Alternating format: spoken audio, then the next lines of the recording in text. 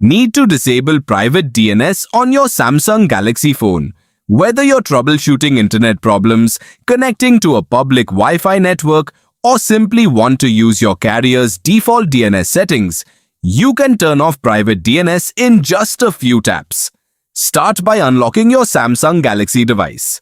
Swipe down from the top of the screen to open the Quick Settings panel, then tap the Settings gear icon.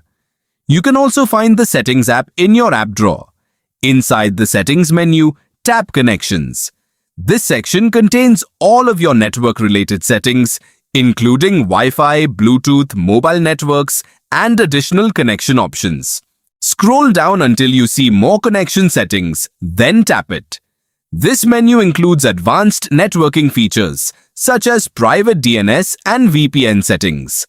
Tap Private DNS. A pop-up window will appear with several options. Choose Off to disable the Private DNS feature on your phone. After selecting Off, tap Save.